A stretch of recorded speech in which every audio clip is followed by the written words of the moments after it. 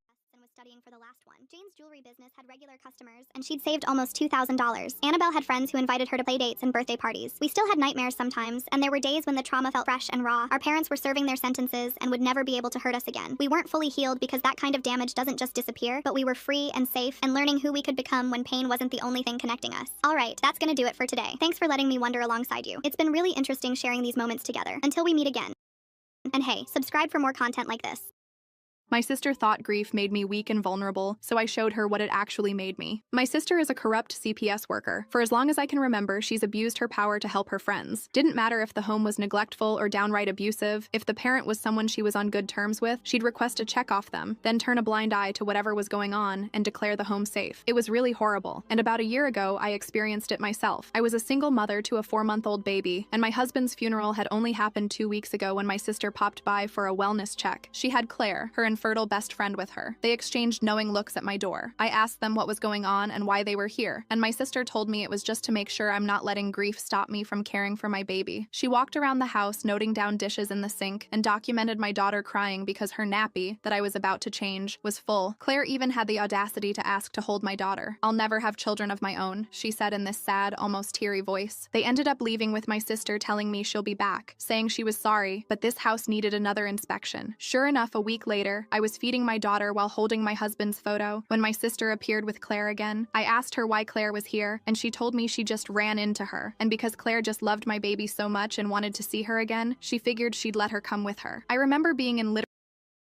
tears talking to them. I had just played my husband and I's favorite song, but my sister documented my crying as emotional instability. Claire commented to my sister that surely developing around such grief wasn't healthy for a baby. My sister nodded and said she would note it down. They left again, this time making comments about how I should seriously consider giving my baby up. I remember